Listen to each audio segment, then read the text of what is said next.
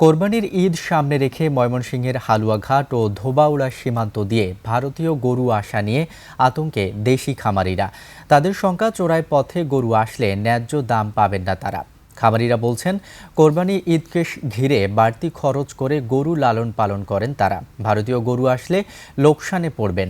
তবে বিজিবি জানিয়েছে, চোরাচালান রোধে সীমান্তে ২৪ ঘন্টা টহল দিচ্ছে তারা।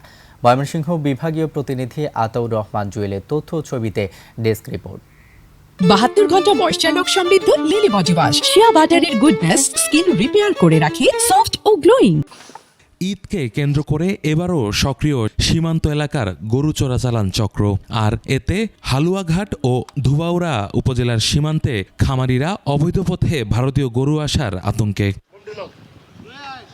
তারা বলছেন, গোখাদ্যের আকাশছোঁয়া দাম আর বাড়তি পরিচর্যার ব্যয়ের কারণে এমনিতেই তারা লোকসানের মুখে। তার উপর কোরবানির হাটে ভারতীয় গরু ঢুকলে তাদের পথে বসতে হবে। খাওয়া দাওয়া সব দর বাড়তি, যার কারণে পোষায় না, এই সঠিক দাম পায় না। আমার এই গরুটা ১ লাখ ১.৫ লাখ টাকা হলে কিনতে পাওয়া যায়, ইন্ডিয়াতে এরা ৮০,০০০ টাকা পাওয়া যেতেছে।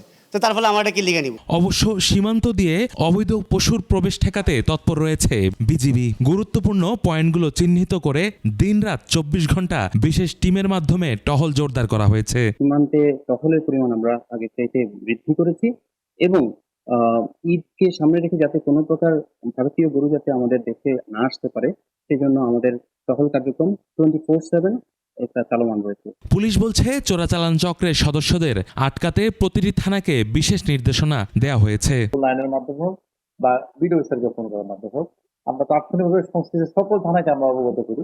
চোরাই গরু যখন মুখ করে আমরা তাদের গরু সহ আসামিকে আমরা অলরেডি প্রস্তুত আছি। জেলা প্রাণী সম্পদ বিভাগের তথ্য মতে এবার ময়মনসিংহে কোরবানির পশুর চাহিদা ১,৮১,০০০, যার বিপরীতে স্থানীয় খামারগুলোতে উদ্বৃত্ত সহ প্রস্তুত রয়েছে ২,২৬,০০০ পশু। ইউসুফ হাসান নাইম, ২১ টেলিভিশন।